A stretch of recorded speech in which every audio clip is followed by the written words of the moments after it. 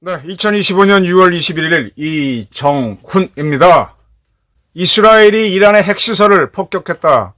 영구형 중수로 시설을 파괴했다. 부쉐르 원전을 때렸다라는 보도가 나오고 있습니다. 사실인 것 같습니다. 이스라엘이 이란의 핵시설을 무력화시키는 작전을 하게 된 이유는 무엇이냐? 바로 북한의 핵무장 때문입니다. 북한이 핵무장을 한데 크게 기여한 사람은 물론 북한, 김일성, 김정일 두 부자의 힘이 컸겠죠. 그리고 북한의 핵과학자들의 힘이 컸겠죠. 그런데 그걸 하도록 이렇게 만들어준 사람이 누구냐? 대한민국 대통령 김영삼, 대한민국 대통령 김대중, 대한민국 대통령 노무현, 대한민국 대통령 문재인, 그리고 지금 대통령인 이재명 씨는 어떨지 지켜봐야 됩니다. 이란 이스라엘 전쟁 속에 숨어있는 한반도의 핵 문제, 이거 누구도 생각해보지 않았죠. 제가 분석을 해드리겠습니다. 그리고 대한민국이 UAE에 원전을 수출했습니다. 그리고 체코에 최근에 수출하게 됐습니다. 근데 체코에 수출할 때 한번 출렁한 게 있습니다. 왜 그러느냐? 그 이유가, 국제정치가 있습니다. 그리고 UAE에 원전을 수출한 이유가, 한국에 한 이유가 무엇이냐? 거기도 국제정치가 숨어 있습니다. 그리고 사우디가 한국 원전을 원하는데 이게 지금 큰 문제가 되고 있어요. 왜 사우디는 한국 원전을 원하느냐? 근데 미국이 방해하고 있습니다. 이 복잡한 세계 정세를 조금 제가 능력껏 풀어보도록 하겠습니다. 6월 21일도 이스라엘이 이란을 공격해서 쿠두스군 지휘관 몇 명을 살해했습니다. 쿠두스군이라고 하는 것은 제가 누차례 말씀드렸습니다. 이란에는 정규군인 이란 군이 있고 또 이란 혁명수비대라고 79년도에 그들이 무슬림 혁명을 했죠. 무슬림 혁명을 하고 난 다음에 그 일종의 친위대로 혁명수비대를 만들었는데 6회 공군 해병대 다 있습니다. 거기에도.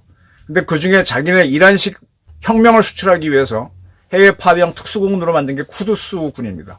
쿠두스란 말은 아마 예루살렘을 뜻할 겁니다.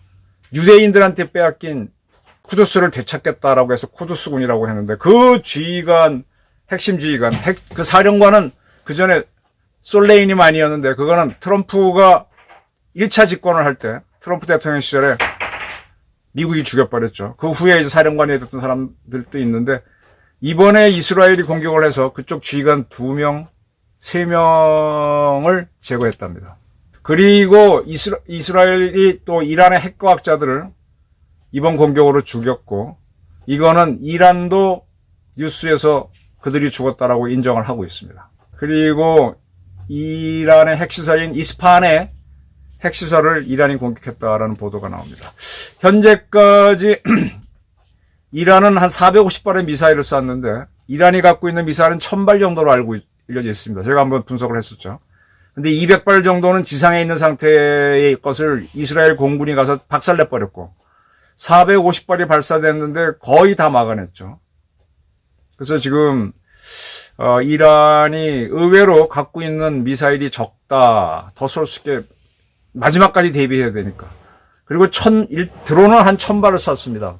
그래서 이제 이스라엘에서는 민간인 24명이 죽었답니다. 반대로 이스라엘은 민간인 이란 사람 263명을 죽였다라고 되어 있습니다. 민간인 죽인 거죠. 그리고 고위 그 군 간부 죽인 거는 뺐습니다. 이란은 그런 군 간부들을 포함했는지 430명의 자국 국민이 죽었다라고 발표를 했습니다. 이런 가운데 지금 제가 앞선 방송에서 트럼프는 자기들이 갖고 있는 황금, 같은 무기와 황금보다 더 비싼 B2 스텔스 폭격기로 이란이 애써 만들어 놓은 60% 농축 우라늄, 그게 포르도 지하 100몇 탄지 있는데 그걸 파괴하기 위해서 GBU-57 벙커버스터를 B2로 떨어뜨리는데 이게 B2가 워낙 비싼 거기 때문에 더 안전한 작전을 하기 위해서 시간을 끌고 그 사이에 이스라엘이 더 이란을 초토화하도록 2주의 여유를 줬다라고 제가 앞선 방송에서 분석했는데 그 분석이 거의 맞는 것 같아요.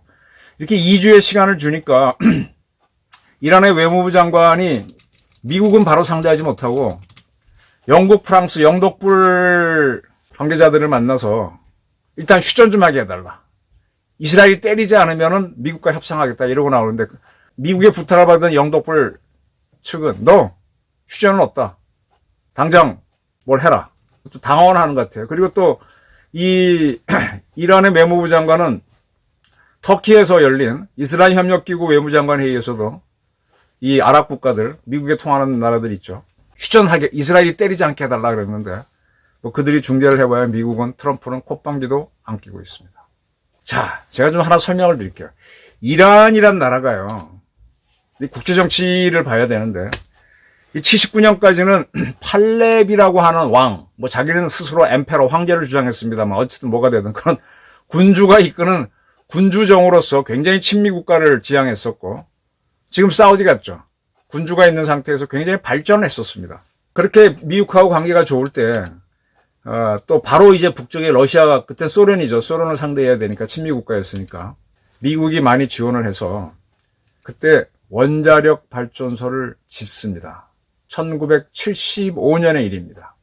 이때는 독일도 굉장한 원자력 기술을 갖고 있었어요. 그래서 독일의 지원을 받아서 서독이지 40억 달러를 들여서 원전을 짓는다 하고 서독하고 이란의 정부가 합의했죠. 그 공사 2개를 짓는다.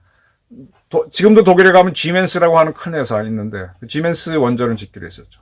2개를 짓는다라고 했는데 79년도에 무슬림 혁명이 나면서 공사가 중단됩니다. 한 50% 정도, 제1기 첫 번째 거는 50% 정도 공사 상태에서 다 짓지 못하고 빠져나왔죠. 그리고 나서 이제 무슬림 정권, 호메네이가 이끄는 정권은 반미를 주장하니까 뭐 계속 공사를 못하고 있다가 러시아가 접근을 해서 1995년에 러시아 기술로 여기에 원전을 공사를 합니다. 지멘스 거는 경수로인데 같은 경수로가 러시아 방식으로는 VVER이라고 하는 게 있어요. VVER. VVER 1000이라고 하는 1000메가짜리. 그러니까 우리로 얘기하면 우리는 이제 APR 1400, 우리는 1400메가, 140만 킬로와트짜리인데 얘는 100만 킬로와트짜리를 짓게 되는 거죠. 그래서 95년도에 이란하고 러시아가 서로 합의했는데 이때는 러시아가 약간의 이제 그래도 친미적 성향이 있을 때였죠. 그러니까 미국이 봐줘서 이게 들어가는 건데 공사가 들어갑니다. 그렇게 해서 2011년에 이 부쉐르 원전 1호기를 완공합니다. 가동에 들어가죠. 그리고 부쉐르 원전 2호기를 역시 VVER 1000으로 해서 하는데 이것이 24년 작년 10월에 준공을 했고 원래 8월 가동될 예정이었어요. 아직 8월이 안 됐습니다. 부쉐르 원전을 1호기를 가동할 때 이스라엘이 개입을 해서 거기다가 스톡스넷이라고 하는 프로그램을 집어넣어서 부쉐르 원전이 한번 다운됩니다. 1호기가. 난리가 났었죠. 이란은 이 부쉐르 원전을 하면서 이게 경수로기 때문에 거기에 저농축, 쉽게 말하면 한 3.5% 농축만 한 우라늄을 집어넣으면 돼요. 근데 얘네들이 자꾸 핵무기를 만들려고 하니까 미국과 이런 나라들이 러시아에 압박을 넣어서 러시아도 그렇고 이 핵연료를 제공 안 한다고 하니까 핵무기를 만든다기 때문에. 그러니까 이란은 어떻게 했는가 하면 자기 스스로가 농축을 하겠다라고 자기는 워낙 땅이 크니까 우라늄도 있겠죠, 광산이. 그래서 원심 분리기를 몰래 도입해서 좀 파키스탄처럼 농축을 했습니다. 이것이 또 문제가 돼서 미국이 뭐 때리니 많이 하다가 계속 못 때리고 질질 끄는 거예요. 이 똑같은 게 북한도 그랬죠. 파키스탄은 미국이 때리니 안 하니 안 했습니다만 거기도 그런 식으로 해서 이제 원심 분리기를 도입해서 했는데 거기도 농축을 했죠. 그렇게 하다가 이제 IAEA 사찰 들어가서 이란하고 채우니 뭐니 계속 시끄럽다가 그 이란이 결국은 이 원심 분리기를 다량으로 제작했는지 수입했는지 해갖고 농축 공장을 지어갖고 90%까지 농축을 하게 되면 핵폭탄 원료가 되는데 60%까지 농축을 했습니다. 이런 걸 한 400kg 정도 현재 만들어 놨대요. 그거를 포르도 지하시설에 저장해 놓고 그 다음에 이스파한주에 있는 나탄즈에는 우라늄 농축하는 공장이 있고 이런 겁니다. 그런 가운데서 이제 미국이나 서방국가가 계속 농축하지 말아라고 하니까 얘네들이 이제 생각을 또 바꿨지. 그래서 뭐라는가 하면은 현재 나오는 보도는 뭔가 하면 연구용 중수로라는 표현이 나오는데 연구용 중수로를 지었다는 겁니다. 근데 연구용 중수로라는 거는 서방 세계, 대한민국에는 없어요. 미국에도 별로 없어요. 우리나라에 지금 APR 1400이나 OPR 1000 같은 원자로는 아주 좋은, 너무 좋고, 또 우리 대한민국 원자로가 워낙 한국 원전이 굉장히 세거든요. 그러다 보니까 우리는 뭐 시시한 건 안 만들어서 연구용 원자라는 개념은 대한민국이 중수로란 건 없습니다. 연구로는 있습니다. 중수로를 연구로로 만드는 경우는 없어요. 근데 이제 중수로는 특징이 뭔가 하면은 천연 우라늄 농축하지 않은 거를 그냥 연료로 씁니다. 그리고 타고 나오면은 거기에서 플루토늄을 긁어내가지고 플루토늄을 긁어내면은 그것만 쫙 모아놓으면 원폭이 바로 돼요. 농축이 필요 없는 거죠. 세계 원래 처음에 되게 이렇게 가는 게 빨라요. 이런 식으로 먼저 했던 게 인도입니다. 인도가 캐나다한테 공급받은 중수로를 갖고 거기서 나는 핵연료를 재처리해갖고 플루토늄 만들어서 핵실험해서 플루토늄으로 핵무장을 하니까 그 경쟁국인 파키스탄은 자기네는 원자로가 아예 없었거든. 그러니까 순수하게 농축만 계속 한 20년 해갖고 농축 우라늄으로 핵무장을 한 거예요. 그러니까 이란은 옛날에 독일 걸로 하다가 중간에 공사 멈춘 걸 러시아 VVER에서 원전을 지었습니다. 거기에는 3 내지 3.5% 정도 농축한 우라늄만 들어가야 되는데 그걸 세계가 공급 안 하니까 그거를 경수로용 원자로 농축한다고 하면서 지어놓고서는 그거 갖고 60%까지 농축을 한 거죠. 그러니까 계속 압박을 가하니까 야 이걸로는 힘들구나 해가지고 다시 중수로를 연구용으로 하나 착해 만들어 놓고 거기서 나온 거 갖고 이렇게 재처리해서 플루토늄 만들려고 하고 있는 와중인데 지금 이스라엘에 가서 빠바바바바박 다 때린 거예요. 이란군 주요 지휘관도 다 때려버렸고 죽여버렸고 이란의 핵시설도 때려버렸습니다. 그리고 지금 남은 거는 그 포르도에 있는 60% 농축한 우라늄 408kg을 어떻게 날려버리냐 이 문제죠. 그래서 이걸 날려버리려고 하는데 이거는 지하 워낙 깊숙한 데 있어서 그 비싼 폭격기인 B2가 날라와서 스텔스 폭격기가 날라와서 GBU-57 벙커버스터를 투하해야 된다. 근데 이제 트럼프가 좋다. 근데 2주간 시간을 더 주겠다. 그동안에 이란 항복해라. 무조건 항복해라라는 거고 이란은 2주를 버니까 이스라엘이 안 때리면은 휴전하면은 회담하겠다. 이러고 나오고 있는데 중재회를 부탁받은 아랍 국가들하고 영독불이 NO 하고 있는 거고 트럼프도 NO 하고 있는 겁니다. 자, 여기까지 이제 이해하시면은 이해가 될 거고요. 자, 중동에서 이란을 적국으로 여리는 나라는 대표적으로 사우디아라비아예요. 사우디하고 동맹을 맺은 나라가 UAE, 카타르 뭐 이런 나라들입니다. 이제 UAE 같은 경우는 굉장히 잘 살죠. UAE는 쟤네들이 러시아의 VVER을 부셔로 원전 1호기 짓고 2호기 공사하니까 야 이거 안 되겠구나 싶어갖고 걔네들도 원전을 도입합니다. 근데 UAE는 농축을 하겠다 그러면 원전을 안 주니까 농축을 하겠다는 얘기를 안 했어요. 그리고 경쟁을 붙였는데 세계에서 원전을 가장 싸게 가장 잘 만드는 나라가 대한민국이에요. 프랑스도 원전을 만드는데 저는 프랑스도 원전에서 한 2번 갔다 왔습니다. 걔네 EPR 1600은요. 지금 핀란드에 짓다가 쉽게 말하면 100만 원에 10년 안에 지어줄게 그랬는데 20년이 지났는데도 100만 원에 못 짓고 현재 원가가 300만 원까지 올라갔어요. 쉽게 비유입니다. 그러니까 지금 프랑스 원자력 회사가 지금 죽을 지경이고 핀란드 왜 아직 완공 못 짓냐가 이의제기하고 난립니다. 자기네가 계획한 대로 성능이 안 나오는 거예요. 이게 지금도 그렇지만 옛날에도 그랬거든. 그걸 UAE가 알고 한국이 워낙 싸게 들으니까 그랬어. 근데 한국이 딱 져줬어요, 지금.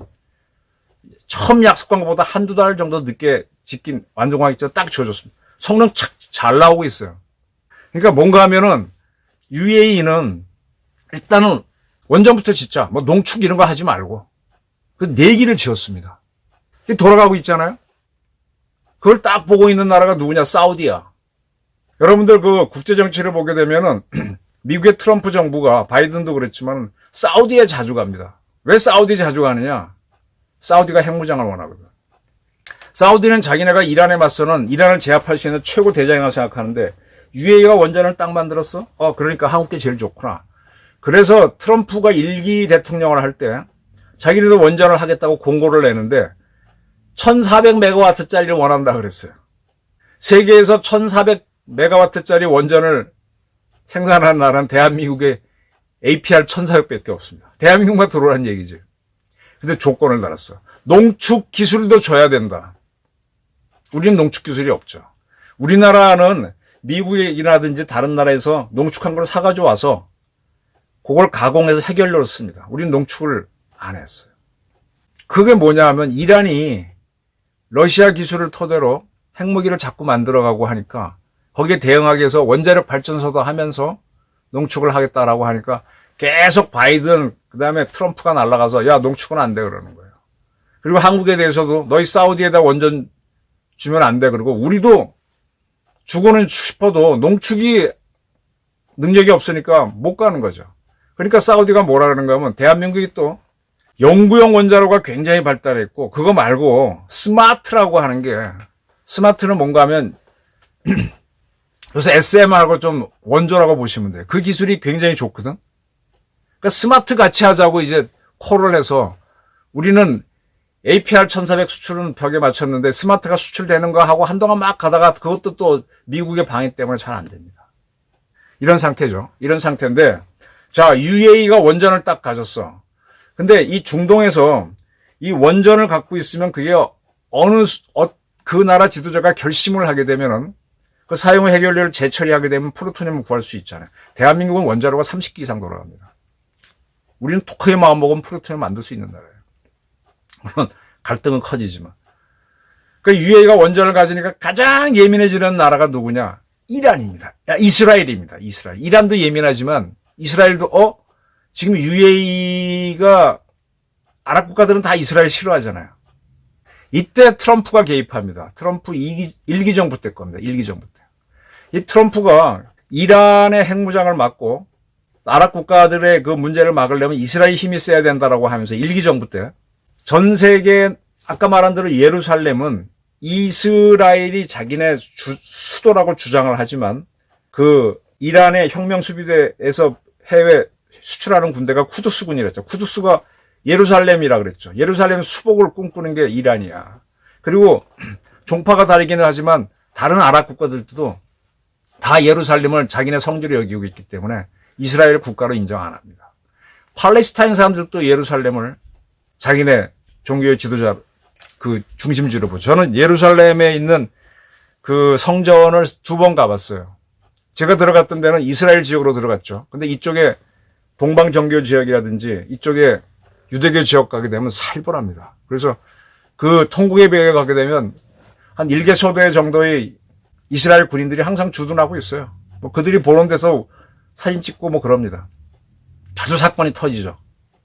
그 아랍 국가들은 다 이걸 인정 안 하는데 미국이 힘을 씁니다. UAE 너 한국 원전 도입해서 원전 가졌지. 근데 너 이스라엘한테 얻어맞아 볼래? 어떻게 했는지 모르지만은 그 경위까지는 제가 알 수가 없죠. 이 UAE하고 그 옆에 있는 조그만 아랍 국가들, 바레인 이런 나라들이 이스라엘하고 국교를 맺게 됩니다. 이건 전적으로 트럼프의 힘입니다. 그래서 아브라함 협정이라는 걸 맺게 돼요. 아브라함이라고 하는 사람은 기독교에도 나오지만은 유대교에도 나오고 그다음에 무슬림에도 다 나오는 사람이니까 아브라함은 서로 아브라함 어코즈를 맺어서 이스라엘하고 바레인, UAE가 외교 관계를 맺습니다. 이게 2020년 9월 15일. UAE하고 이스라엘은 국교를 맺고 바레인도 맺었습니다. 그러니까 이제 UAE는 한국에서부터 도입한 원전을 도입해도 이스라엘로부터 공격을 안 받는 거죠. 대인 농축도 안 한다고 했어요. 근데 사우디는 지대가 강국이니까 계속 농축을 해야 되겠다는 거예요. 농축은 안 돼, 라고 하면서 트럼프나 바이든도 그렇고, 야, 한국 원전 사지 말고 미국의 웨스팅하우스 원전 사. 특히 이제 트럼프가 그게 강하지. 그래서 계속 사우디에 가는 거예요. 농축은 안 돼. 근데 사우디는 사실 한국 원전을 갖고 싶거든. 근데 한국은 농축 기술이 없어. 그런 상태에서 체코가 원전을 하겠다고 나섰어요. 체코는 유럽에 있다 보니까 유럽 EU하고 나토의 지원을 받습니다. 체코는 국민소득이 만불도 안 될 거예요. 돈이 없으니까 돈을 빌려와야만 원전을 짓는데 돈이 없어. 대한민국 수출입은행 같은 은행들이 돈을 대줄 수 있는데 그 은행들도 지금 방위산업 하는 폴란드에 대주느라고 돈이 없어요. 그래서 유럽에서 빌려야 되는데 유럽에서 쩐주 중에 큰 나라가 영국하고 독일, 프랑스잖아요. 체코가 한국 원전 산다고 유럽에 돈 내놓으라 그러니까 유럽 국가들이 너 돈 안 줘. 그래, 이번에는 어떻게 주겠지만 추가로 또 2기 더 짓죠. 그때는 못 줘. 이렇게 나오니까 체코가 놀래서 지난번 계약을 프랑스가 이의 제기했을 때 법원이 받아주면서 잠시 중단됐었죠. 그리고 체코가 총력을 설득해서 유럽을 설득했기 때문에 거기서 일단 계약이 된 겁니다. 이번에 체코 원전. 근데 체코 원전이 될 때 미국이 트럼프가 또 방해를 합니다. 웨스팅하우스를 하라는 거지.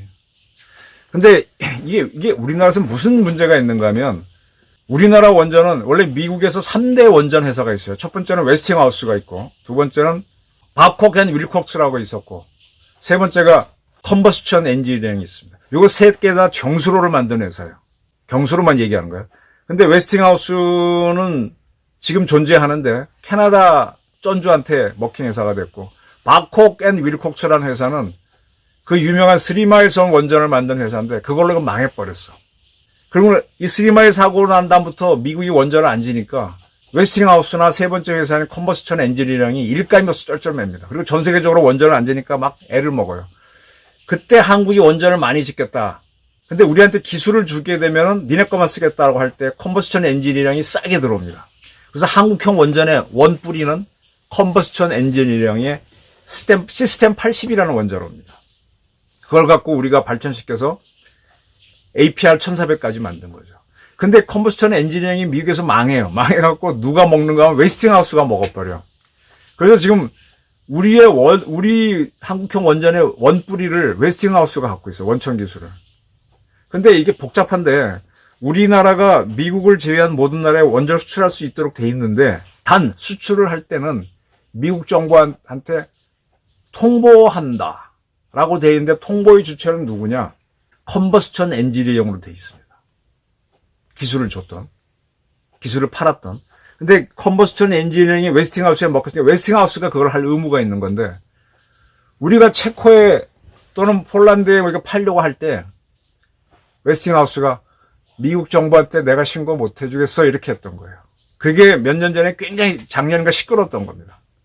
그래서 이제 우리나라 한수원이 기분 나쁘니까 내가 직접 신고할게 하고 미국 정부한테 신고하니까 미국 정부가 니네 계약서 보니까 이거는 웨스팅하우스 하는 게 맞아. 못 받아줘. 이렇게 해서 체코 수출이 아까 유럽의 반대로 돈 때문에 애 먹기 전에 한번 애를 먹었던 겁니다.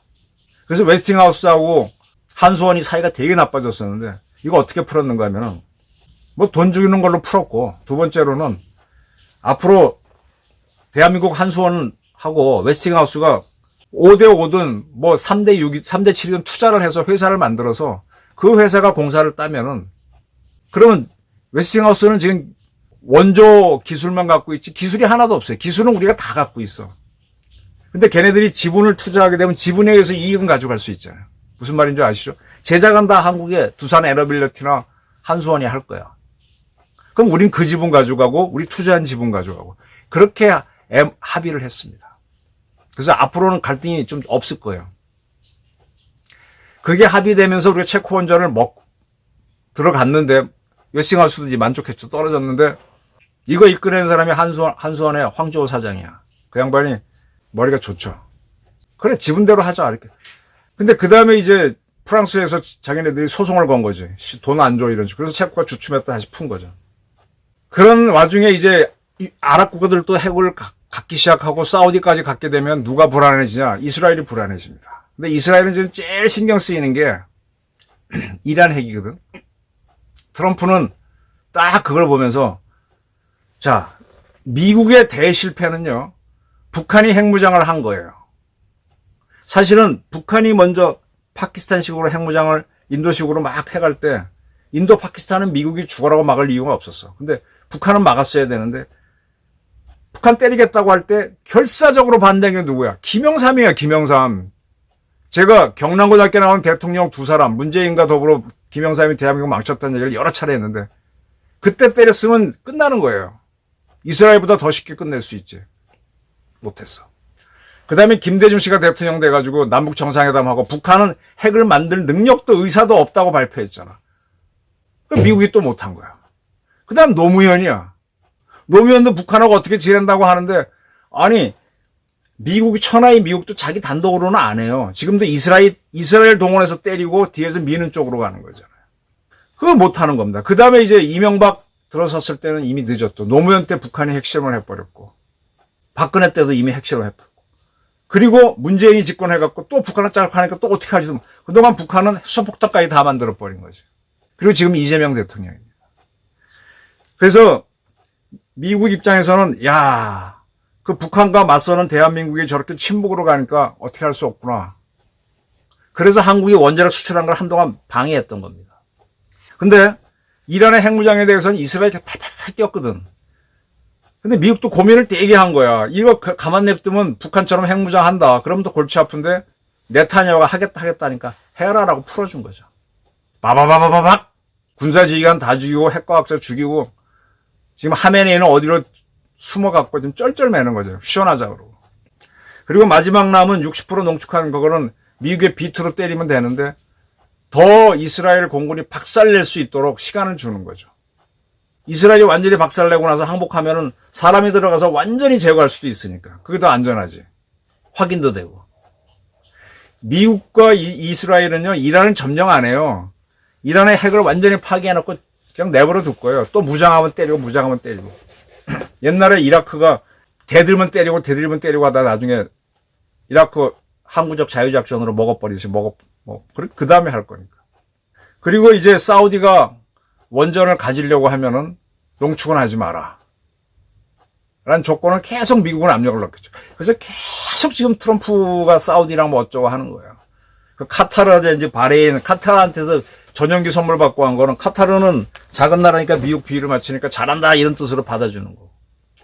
지금 미국의 최대 실패는 대한민국 대통령 김영삼, 김대중, 노무현, 특히 문재인까지 해서 노무현 때 북한이 핵실험, 이 세 사람 때문에 북한의 핵 무장을 허용했다는 게 천추의 거죠. 자, 이런 가운데 다음 주 화요일인가 6월 23, 24인가요? 그때 나토 정상회담이 열립니다. 여기에 이제 G7 정상회담에서 미국은 이스라엘의 이란 공격을 추임받았어요. 미국은 절대 자기 혼자 안 하고 동맹국을 이끌어서 하죠. 러시아도요. 우크라이나 칠 때 단독으로 안 했습니다. 백러시아라고 하는 그 국가랑 같이 했죠. 근데 그게 나가 떨어지니까 북한하고 같이 작전하고 이렇게 자꾸 같이 합니다. 세를 만드는데. 미국도 마찬가지예요. 미국도 6.25 전쟁 때 한국에 올 때 유엔군을 끌고 왔고, 쿠웨이트를 이라크가 먹었을 때 여러 다국지원군을 가서 하지 않습니까? 지금은 G7 동의받고, 추가로 이제 미국은 날아가서 나토 정상회담에서 나토 30몇 국의 지지를 받을 겁니다. 근데 G7 정상회담은 캐나다가 했는데 캐나다가 한국을 초청해서 우리 대통령이 갔습니다. 갔는데 트럼프를 못 만났죠. 우리 대통령은 관세 얘기하러 갔는데 트럼프가 바쁘다고 가버렸죠. 나토 정상회담에 한국, 일본, 호주, 뉴질랜드 정상을 초청했어요. 그 이재명 대통령은 또 가서 관세 얘기하고 싶고 뭐 하고 싶을 텐데 글쎄 트럼프가 만나줄까? 안 만나주면 이재명 대통령은 아주 체면이 구기게 됩니다. 안 가도 돼요. 초청받고 안 가도 돼요. G7 정상회담 때 인도네시아 대통령도 초청을 받았는데 안 갔습니다. 노 했어요. 근데 G7에서 트럼프 못 만났다고 이재명 대통령이 나토 회담에 안 가면 이거 이상해지는 거죠. 북한은 좋아할 거고. 이재명 대통령도 지금 어려운 상황입니다. 가면 좀 뭔가 좀 굴정적으로 보이고. 근데 지금 거기 가보면은 이란의 핵무장은 안 된다고 막 떠들 텐데 그거 잘합니다 하고 지지하게 되면은 북한 핵무장 저거 없애는 거 한국 대통령이 왜 가만히 있어? 이 질문 나오면 이재명 대통령 막 말릴 거예요. 지금 김민석이처럼 운동권 출신이 국무총리가 임명하는 대통령 이거 문제 있는 거 아니요? 이런 분위기 만들어지는 거죠. 이해되십니까? 제가 국제정치가 대한민국을 칠 거라 그랬죠. 이재명 정부를 칠 거라 그랬죠. 지금 북한은요 핵무장 지금 완성한 상태에서 많은 병력을 러시아에 보내서 우크라이나랑 싸우면서 혈맹을 맺어놓고 공동방위를 약속했어요. 전략적 동반자 관계 조약을 맺어서 북한이 침략당하면 러시아가 와서 지키도록 했습니다. 북한이 핵을 저렇게 많이 만들어놨는데 그 시설을 미국이 때리면 미국과의 전쟁은 북한도 하지만은 러시아도 핵전쟁까지 무릅쓰고 하라고 지금 만들어 놓은 거예요. 지금 추가로 공병 6천인가 5,800 한대잖아요. 지금 북한은 쫙 우일승천하는 기세를 잡았어. 김영삼, 김대중, 노무현, 문재인 대통령이 있고 그다음에 이명박과 박근혜가 제대로 힘을 못 쓰는 사이에 촥 가버린 거예요. 죽을 겁이 빠져나갔다고. 그런데 또 이재명 대통령이 집권해서 남북 대화하겠다고 이종석이라는 사람을 국정원장 앉혀놓고 하니까 북한은 지금 좋지. 한국 군부는 지금 힘 하나도 없잖아요. 그러니까 트럼프는 더더군다나 이스라엘로 이란을 박살내게 하는 거죠. 그러니까 트럼프도 굉장히 지금 신중하게 하는 겁니다.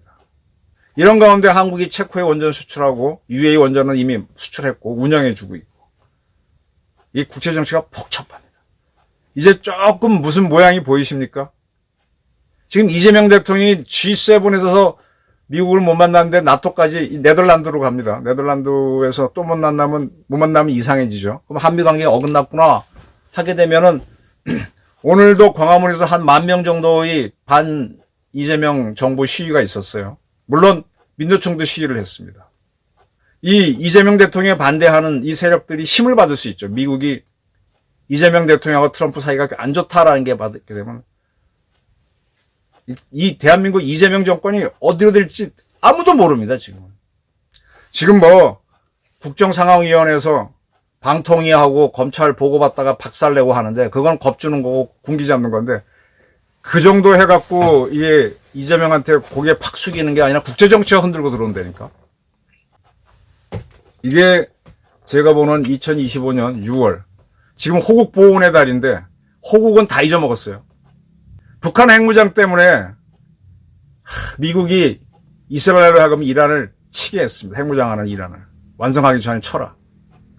UAE하고 체코 원전 수출에 한국이 애를 먹고 어떻게 해내고 한 것들은 국제정치 때문입니다. YS를 잊지 마십시오. 김대중 씨는 북한에 핵 안 한다 그랬습니다. 잊지 마십시오. 절대로. 대한민국 국민이라면. 노무현 잊지 마십시오. 북한에 경협하겠다고 한 사람입니다. 문재인 잊지 마십시오.